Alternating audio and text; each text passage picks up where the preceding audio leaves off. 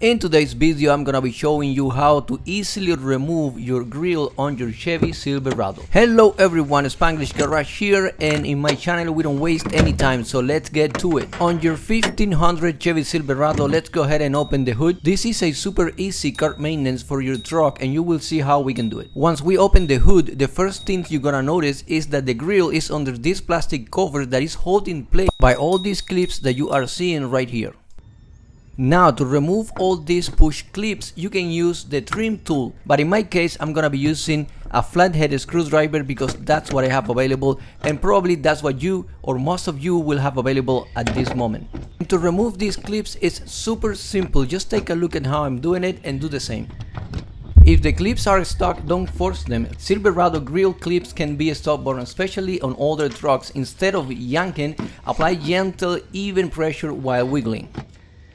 With all the clips out of the way, the cover is free and you should be able to remove it. Now at the top of the front grille, you will see 4 bolts that we will need to remove. I made this video long ago and I forgot the size of this bolt. If you know it, please leave it in the comments so everybody can benefit from that.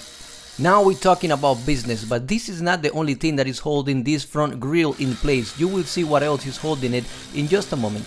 By the way, if you're getting any value from this video, please consider subscribing for more similar content that you can benefit a lot from it. I was removing my front grille on this car because I was upgrading my headlights. Let me know in the comments what are you working on that you need to remove this from. Now that we got all those bolts out of the way, we are gonna look inside just behind the grille, the front grille, and you will see that it's holding place for some clips at the bottom. You have 2 at the middle and 1 on each side, 1 on the passenger side, 1 on the driver's side. We're gonna go ahead and remove those.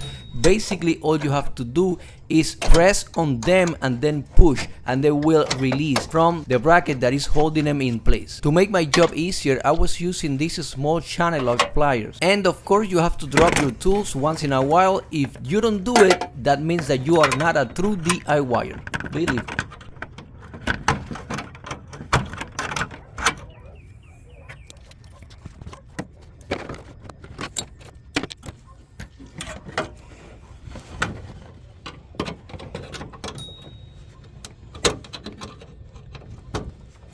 So here we are. After removing the top cover, then the bolts, then the clips, now we are free to remove the bumper. And this is how it looks like.